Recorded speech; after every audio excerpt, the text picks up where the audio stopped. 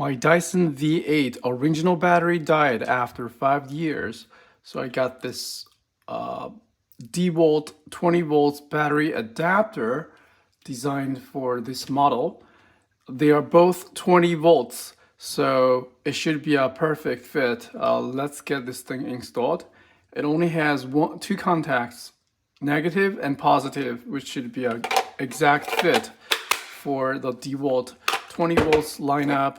That should work with both 2 amps, 5 amps, as long as they are 20 volts.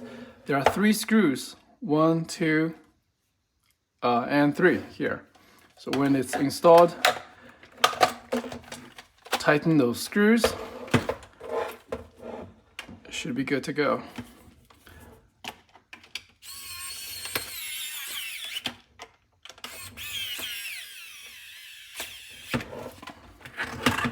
Last one.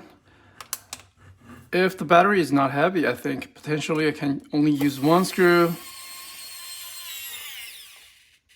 Okay, done. Let's try this.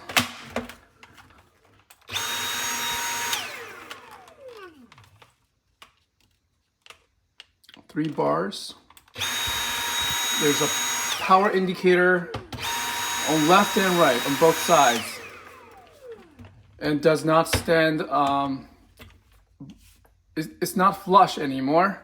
The original battery is flush, so that's the catch. And there is no charging port here. Cannot recharge the DeWALT battery. So the battery can be easily swapped out and be charged on DeWALT charger. Yeah, so this is a great hack or solution. If you have a lot of DeWALT batteries that's not being used much, and it's a good way to recycle these batteries or exercise those batteries when they're not in use. If you have an old Dyson V8.